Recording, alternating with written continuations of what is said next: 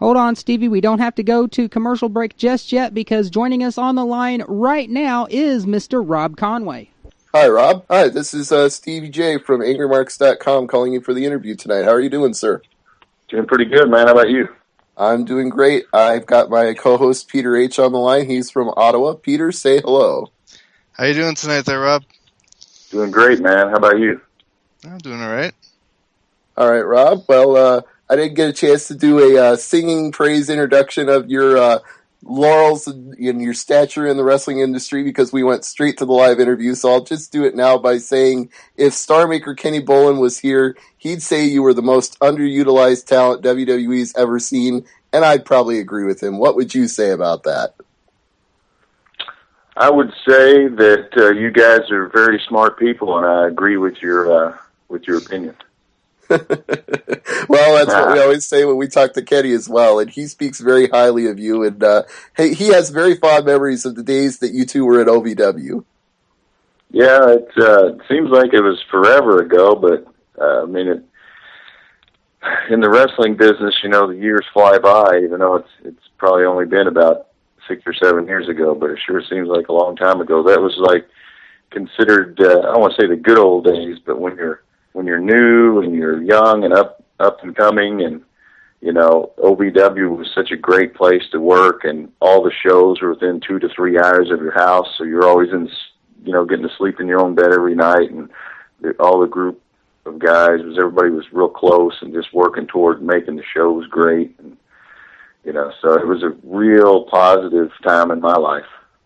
Yeah, and by all accounts, it was some of the best wrestling television has ever seen, because you say the glory days, and that's the way people talk about OVW television from that era. They say that Ring of Honor and WWE and TNA have all never seen a run like OVW had from the Davis Arena in those days. Yeah, well, the thing about it is that, it was just everybody was having such fun, and you could see it on TV. The matches were good, and with having an hour TV show, you had plenty of time on the time limit, so it was a good time, and there was a lot of good wrestlers that have gone on to do a lot of big things in the business, and at one time we were all training in a warehouse in Jeffersonville, Indiana. Now, let's before we even get into Jeffersonville, let's find out a little bit about what got you into the wrestling business in the first place. Was it a lifelong dream? Did you grow up watching wrestling and thinking, I want to do this, or did you stumble into it? How did you come into the business in the first place? Kind of both. I kind of grew up loving it and stumbled into it all in one lifetime. Because, I grew up watching the USWA and the WWF, and really, idolized the Macho Man Randy Savage and Jerry Lawler. Jerry Lawler in our area was what Hulk Hogan and Ric Flair was to the rest of the country. So as a kid, I watched it, and then my aunt used to take me to the Louisville Gardens on Tuesday nights, and I watched it from like 5th, 6th, 7th, 8th grade. And but I never dreamed of actually being in the wrestling business, because being a kid from New Albany, Indiana, you might as well dream of being an astronaut or the president. It was just saying, how am I going to become a professional wrestler? Mm-hmm. Back then, I don't know when you all were growing up, but they were just larger-than-life characters, and you didn't think of yourself as ever getting a chance to do it. How would you even go about finding somebody to teach you or, any of that stuff? So, that being said, I went on, played sports in high school, and then I got a basketball scholarship, ended up quitting playing basketball and started lifting weights and just responded really fast. I went from 155 pounds to like 190 pounds in like 4 or 5 months. And then started doing like local bodybuilding contests and getting bigger. And then when wrestling got really hot in 95, 96, people would just come up to me and ask me if I was a wrestler, and I was like, I wish, I used to have the NWA shirt and the DX, and,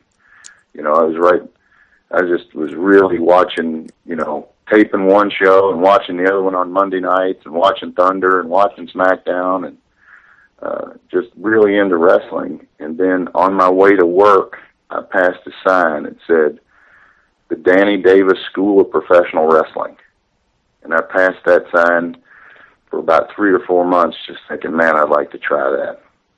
And then one day, a buddy of mine kind of talked me into it, and we both went and met with him. We both signed up. My buddy lasted about a week, and I had lasted the last 14 years. What do you hear from that buddy these days? Is he like, man, I wish I'd stuck with it, or is he just happy where he is and happy to see you being so successful? I think he was happy to never fall on his back ever again. Well, taking bumps is not necessarily for everybody. It is a pretty hard knock life, no pun intended. Well, I have a nephew, and he just recently started at OVW.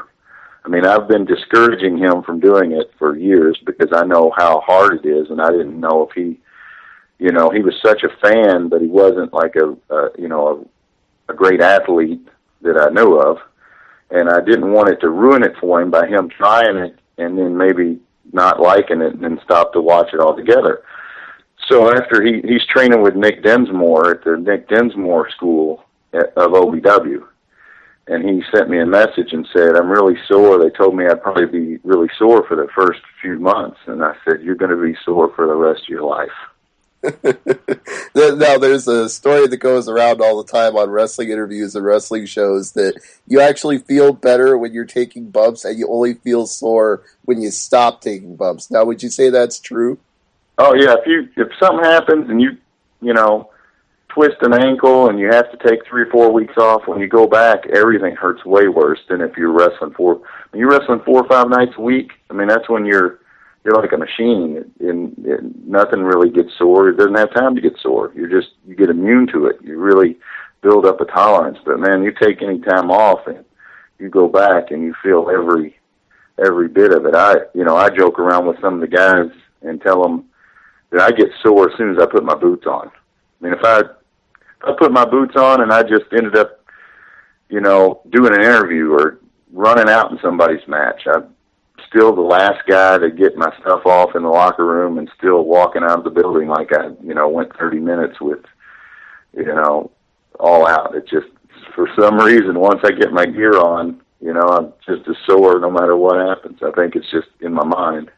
It could also be the adrenaline rush as well, because you feel that excitement when you go out there. Yeah, nothing hurts when you're out there. I mean, unless you get really hurt.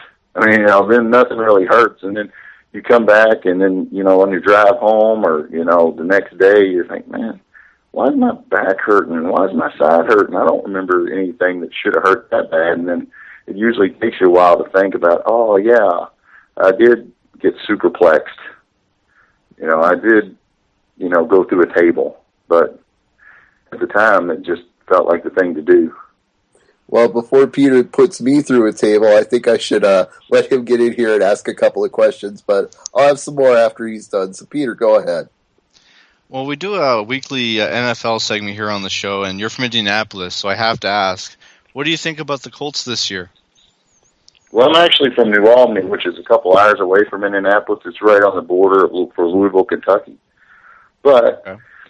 Just so people know, because I'm real proud of New Albany as a city. I'm kind of the unofficial mayor, and very unofficial.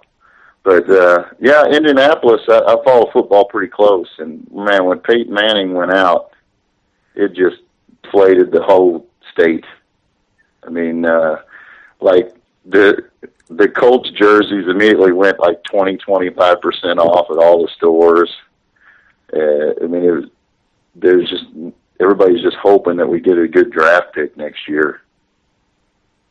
Now, I see that you were a stand-up basketball player in high school. Was there any college team scouting you?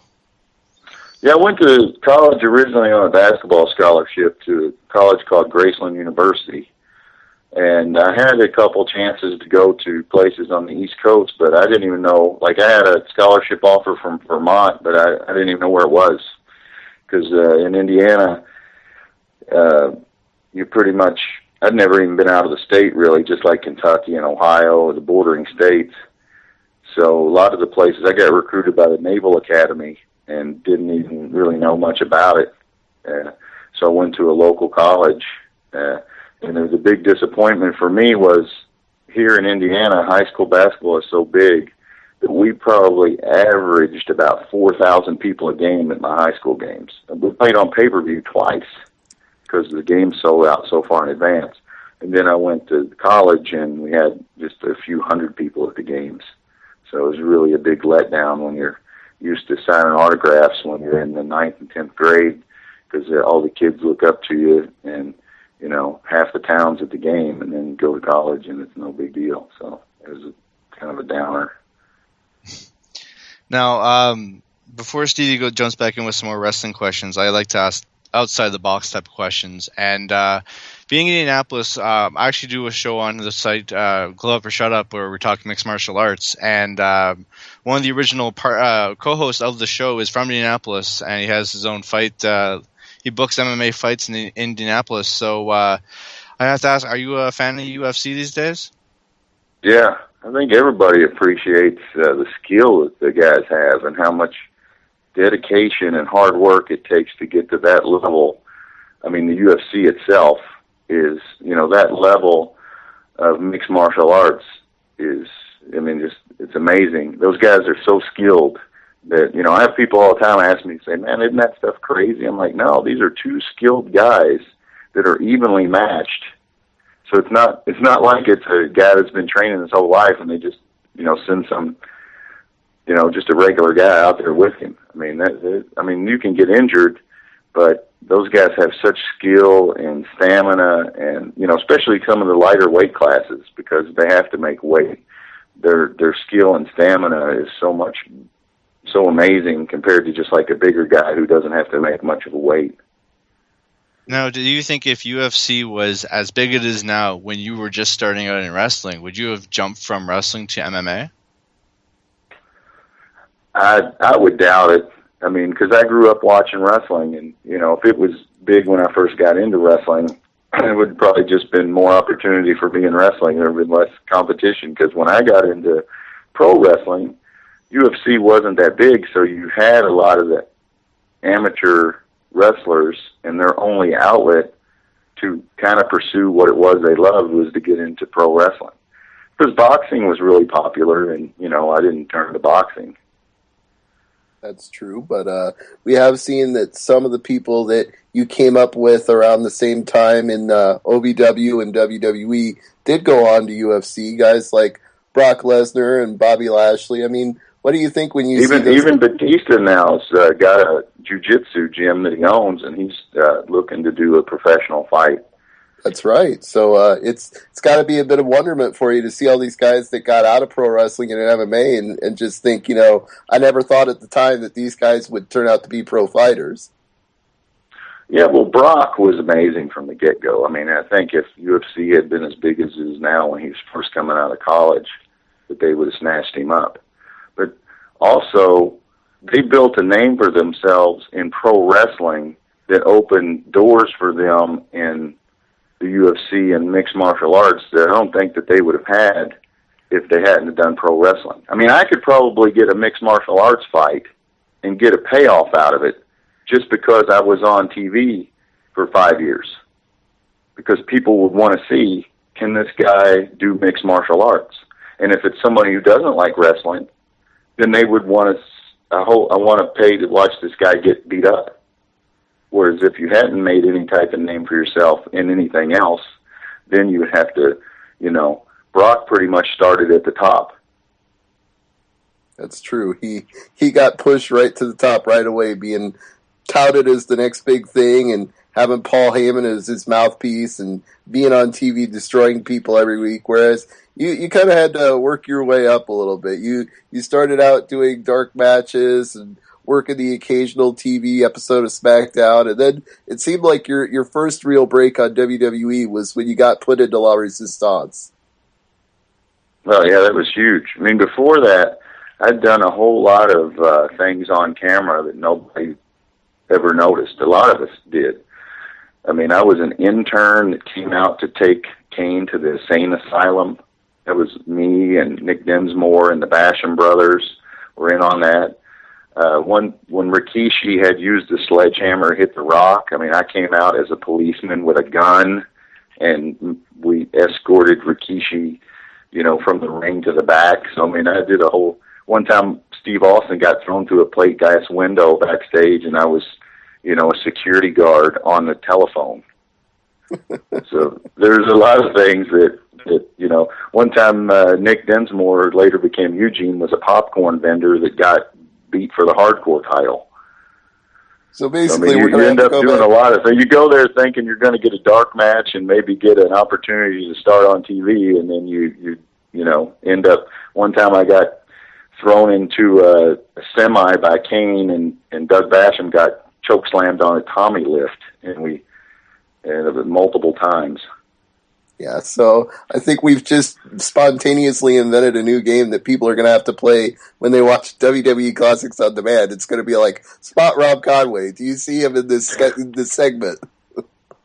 Yeah, because and there's a lot of guys, too. I mean, whether they're, doing security or, being a ice cream man, or there's no telling some of the things. And you look back and go, oh, man, that guy's world champion now. And he was out there as a gangster at the WrestleMania in Chicago. Right. Now, I have to draw the compare and contrast then. Was it more bizarre to you when you were brought up and thinking you were going to have a match and you ended up being a security guard or an extra? Or was it more bizarre for you that you were the American in a team that was basically foreign French heels? Well, for me, because I was a lot more naive to the business. I didn't study like the business part of wrestling. I just was a wrestling fan and was an athlete. So I just thought, originally, I thought I would go and train for a few months and I would be wrestling The Rock and Stone Cold. So whenever I got called up to do my first dark match, I'd only been wrestling for like a year. And when I got there and I didn't get a dark match, I ended up being in a jumpsuit and getting thrown into a semi by Kane. I was really disappointed. I mean, I wasn't like, oh, I'm really happy for the opportunity. I really thought they were going to go and see me and put me in a dark match and, and I'd get a contract and be world champion in 3 months.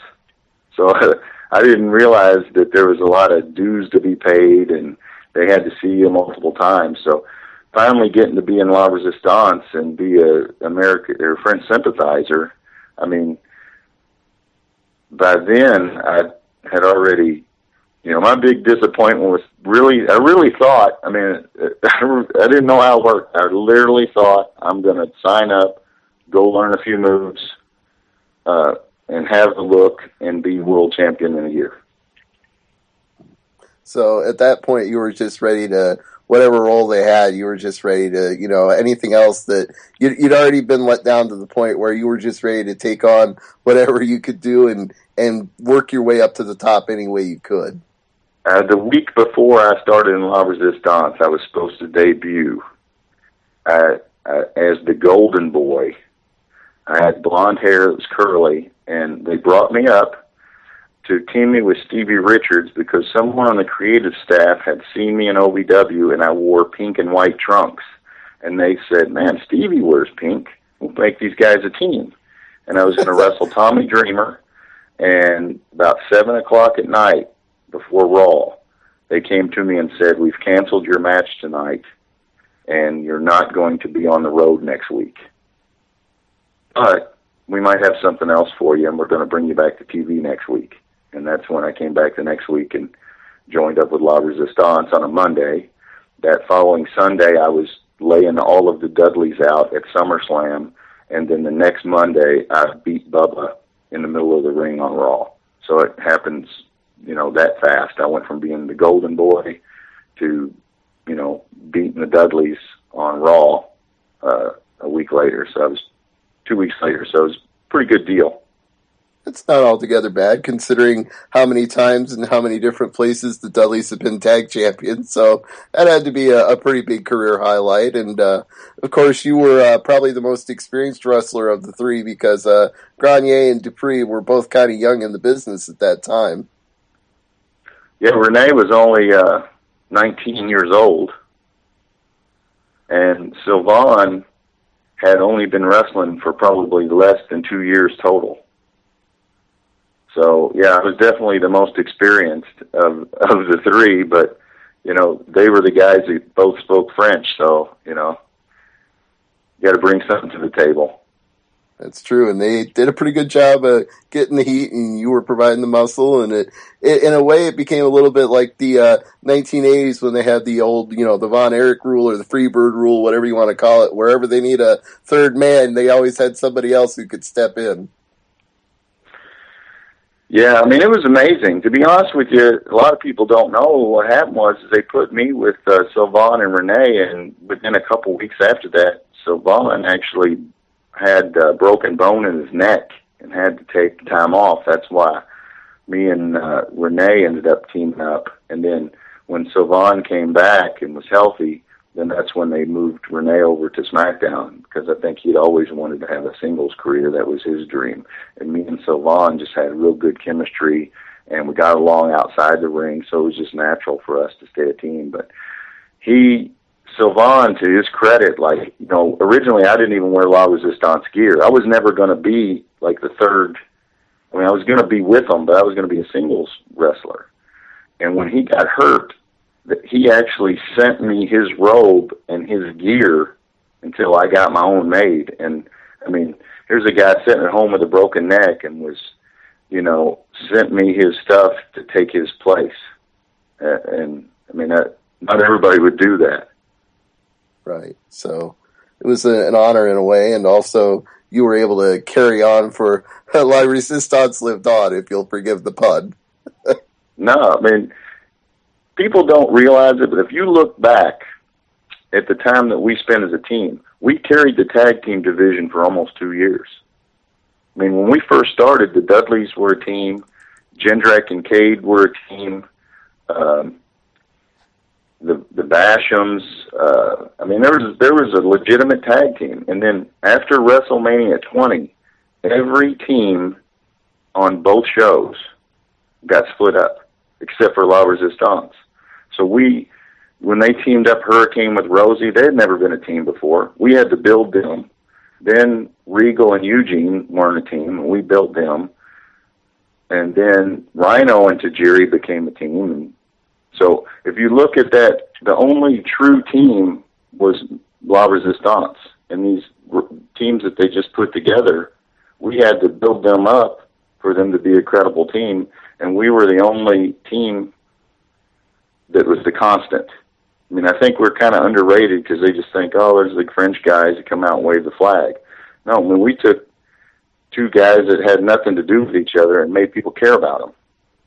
Mm-hmm. I would even go you one further. I would say that once La Resistance split up, that was the beginning of the end for WWE's tag team division, because they really haven't taken it seriously ever since that time. Yeah, well, I mean, I appreciate that you've noticed that, because I think a lot of times, because of the novelty of, you know, here's guys that come out there waving flags and get heat, you know, initially because of that it goes overlooked that, you know, we use double team moves. We were, you know, we cheated, so to speak, but we never had a manager. So we had to do it behind the referee's back without anybody to distract us. And we didn't have any of those advantages, but yet if you want to have a really good match and get people to care about somebody for that night, hey, let's put the Rockers out there against La Resistance. Let's team Edge and Benoit and put them out there with La Resistance. I mean, there was a lot of big matches that we were involved in when the main focus was the two guys we were going against, but we were the constant. That's very true, and you know, it's sad that era had to come to an end, but I think there are some people here listening to this show in our website and listening to the replay right now who are also big fans of your singles push. And I know whenever I get into a discussion with wrestling fans and they talk about theme music for wrestlers, it's always either their favorite or their least favorite. But your music, that Just Look at Me music, really stood out when you came out. Yeah, well, like you said, it stood out. I don't know if it stood out in a good way or if it stood out in a bad way, but it certainly stood out. And it was, I actually like the words. I mean, if you listen to it, I mean, really, they wrote it specifically for me. But the tune itself in a pro wrestling setting or sports entertainment, man, I mean, it sometimes would just suck the life out of the crowd. And it's not like I didn't know it. I mean, people, I think it kind of handcuffed me a little bit when I first walked out, because my vision for the character was much more like a Rick Rude type, but it kind of, the music was really similar to what Kerwin White came out to, because he kind of debuted around the same time I did. And it was just, I don't know where they were going with that. The music didn't say, hey, man, this guy's going to be the next Intercontinental Champion, and he's going to go on to be a main eventer. Right. If they could have put those same words over like a heavy metal beat, and then people would have been looking at you standing there posing, but they would have been psyched up by how hard driving the beat was, it could have been completely different. Yeah, like I say, it wasn't exactly time to play the game. I mean, that's a song that gets you like, man, I'm ready to go, lift some weights and, beat somebody up in the parking lot. That's very true, but my music is like, hey, let's have a martini and kick back and eat some chocolates. Well, some people would even say it would be like watching an episode of Monk, because it had that Randy Newman quality, that just the piano and the singing, it just kind of felt like that. Yeah, a lot of people thought that was Randy Newman, but it was I guess it was just like a studio singer, but he did have the Randy Newman quality to him. But I mean, I always enjoyed the words, and it's flattering to know that they actually wrote a song specifically for you. And then when you listen to the words, it really puts me over as being, a good-looking dude that's really built and has done a lot of his stuff. But like I said, if I said, hey, you have a match tonight, and we want you to be taken serious and go out there and be the next Intercontinental Champion, that would probably be the last button that you pushed. Mm-hmm. And the other thing that didn't help, whether the music helped or not, I think the other thing that didn't help was they gave you this losing streak on TV, where everybody always thinks the theory behind that is, oh, this guy he'll be a babyface because fans will get behind him and they'll want him to win. And I think sometimes that has the opposite effect, that it just makes people think, this guy can't win. Why do we want to cheer for him? Yeah, well, nobody ever got over by losing that I know of. Exactly. Nobody ever became a champion because they lost. Couldn't say it better than that. You had to sort of feel like at some point the writing was on the wall. You had to feel like they're not going to figure out what to do with me, and I'm going to end up going somewhere else. Yeah, well, there's always some circumstances behind everything, and I know why I was losing, but it's just the way it is. Sometimes you show up on time and you do what you're told, because ultimately it is a job, even though it's something that you get into it because you love it. You stay into it because that's how you make a living. Well, now, do you feel like you got some of the passion back when you went back to OVW again after WWE? Do you feel like it became less of, I have to go out here and do what I'm told to make a living, and more like, I'm having some fun again? Oh, yeah. Yeah, I mean, even independence, man. I love to go to shows. I've never not liked wrestling. And just part of it is the creative, being creative, coming up with stuff and going out there and doing new moves or the stories and all those things, And when you're with a bigger company, you don't really have much control over your stories because they pay somebody to do that. So if you're doing it and you're wrestling, then what do they need those guys for? So even if you do come up with something that's pretty good, they usually won't use it for you because they'll use it on somebody else. Because if your job is to be creative and somebody else is coming up with ideas, then what do they need you for? I understand. Just before we talk about Branded Outlaw, I have to ask, what's your favorite match in your tenure with WWE? When me and Sylvain won the tag team championships for the first time in Montreal, and we got cheered like it was the most loudest I'd ever heard the crowd. It's the only time that we ever got cheered the whole time we were in WWE. And, you know, it's his hometown. We'd just been on like a 2-week tour of Europe, and then we came to Raw that night and pretty much out of nowhere won the tag team championships from Benoit and Edge.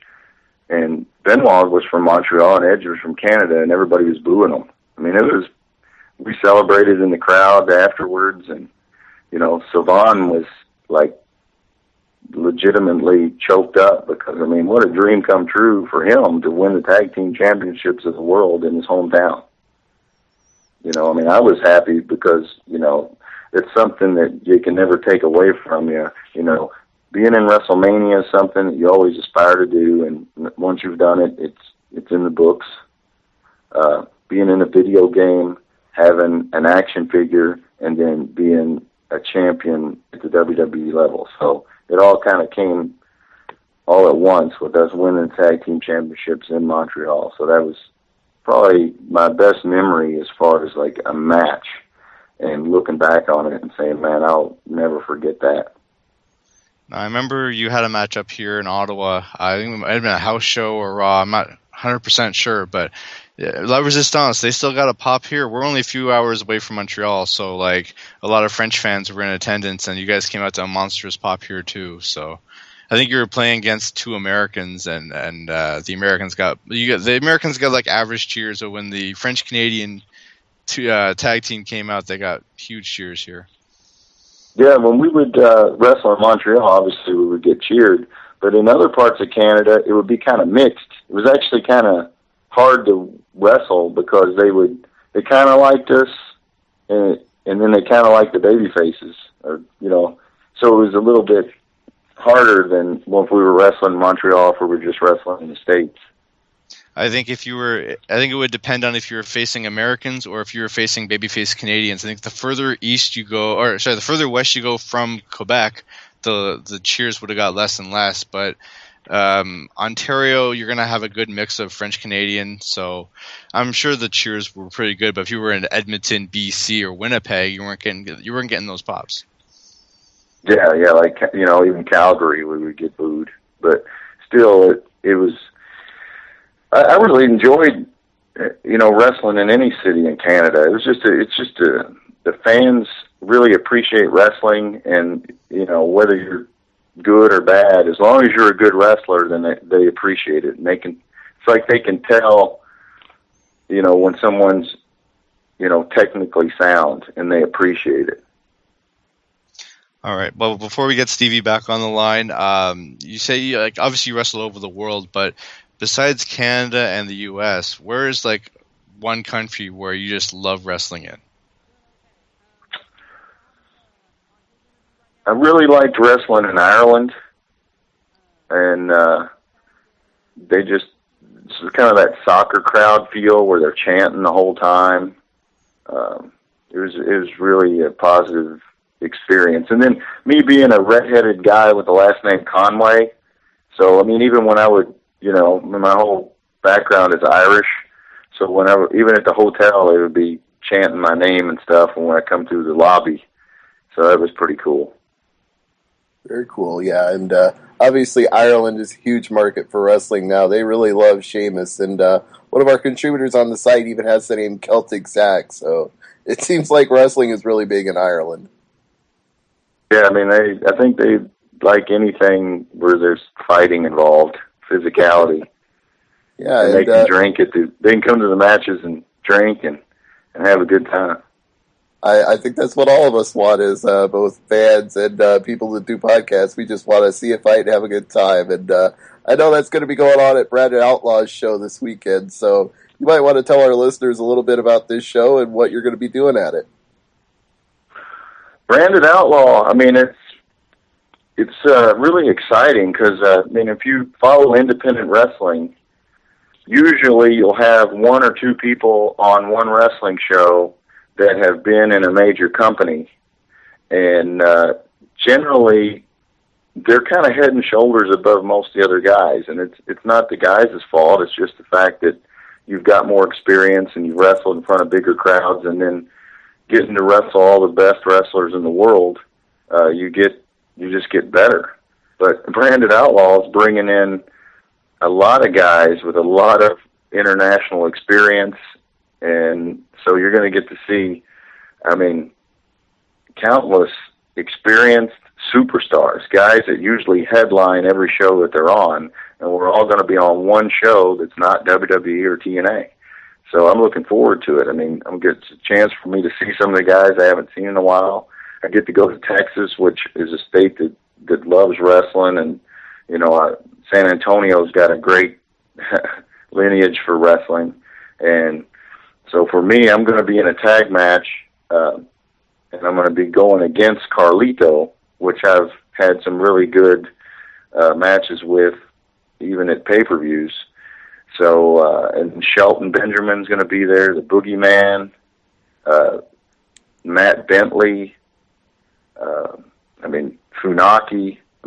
Very rarely am I on a show where there's so many guys that you're having to think of. Usually it's, I'm on a show with, one guy that I've known for years, and then the rest of them are all, from the same town. But this is an international wrestling superstar card in San Antonio on iPay-per-view, and I'm pretty sure it's less than $10 to order it's $9.99.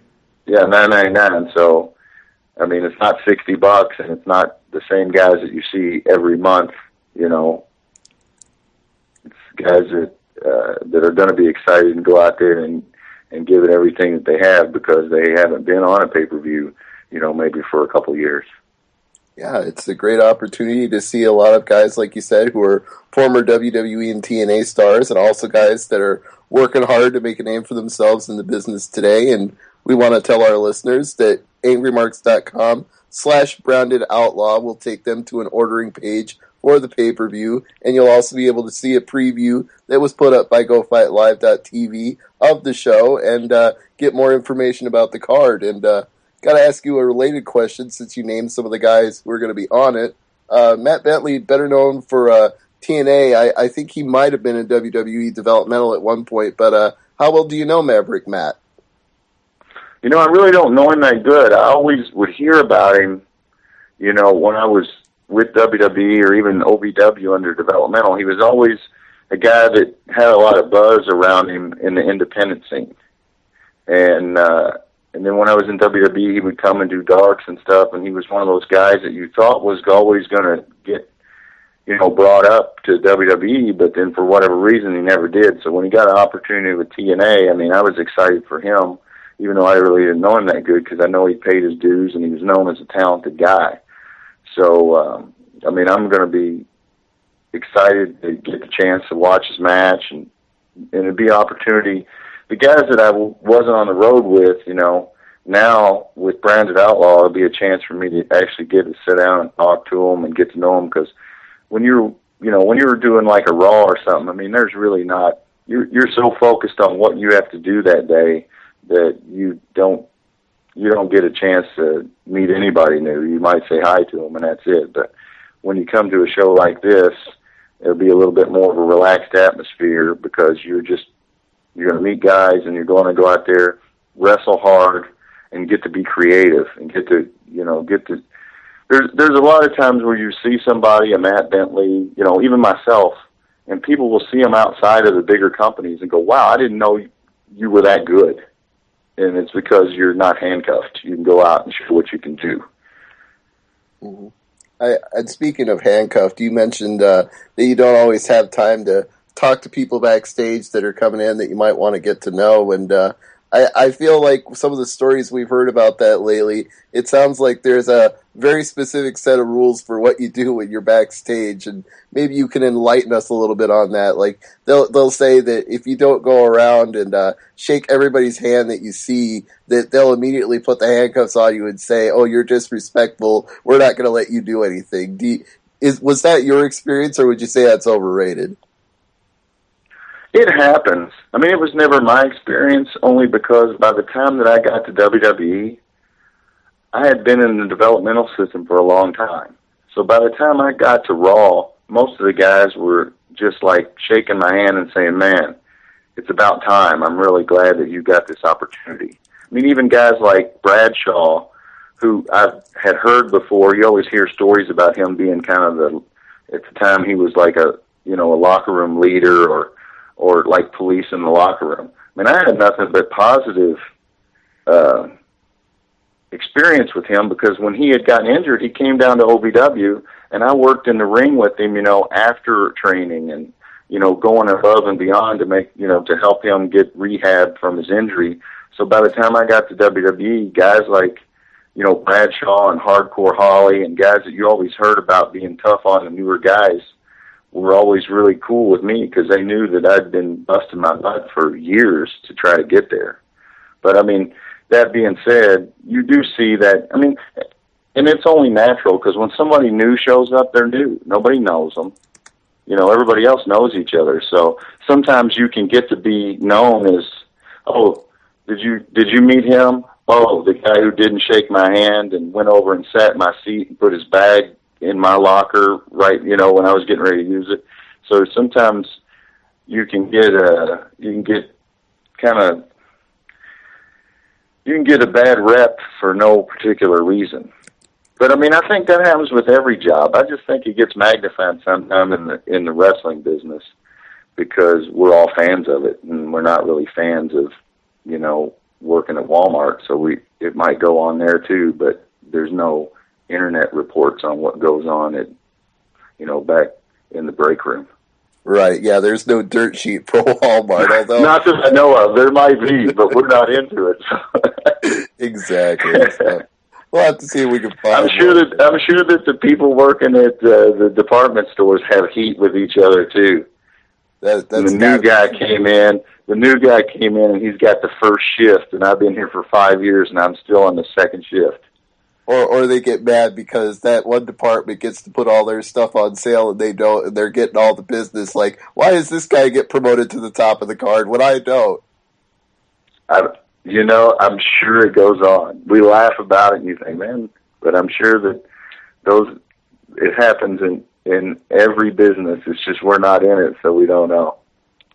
Yeah, well, unfortunately, we got to cut this a little bit short, because we are also going to be talking to Funaki, who, as you mentioned, is going to be at the Branded Outlaw pay-per-view, so you'll get a chance to see him again, and we'll be talking to him. But before we let you go, I just want to give you a chance to throw out any closing plugs, website, Twitter, anything that you've got that people can follow the Conway.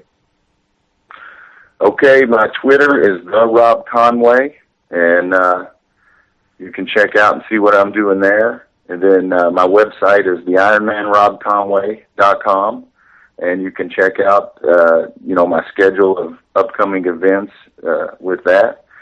And then my latest venture is that I'm going to be entering the NPC KentuckyMuscle.com. There's a physique contest, and I'm going to be entering that. I've been training hard for it, so if you come to the pay-per-view or if you order it, you'll get to see my progress, and that's November 5th. And then hopefully I'll be going on to the Nationals in Miami on November 18th.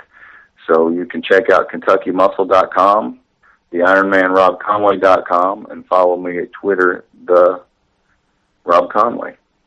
Well, I'm sure everybody listening will be doing all of those things. So we encourage you all to check it out, and we encourage you all to check out the Branded Outlaw pay-per-view on GoFightLive.tv this Saturday. And in fact, go to angrymarks.com/BrandedOutlaw, and you'll find all the ordering information.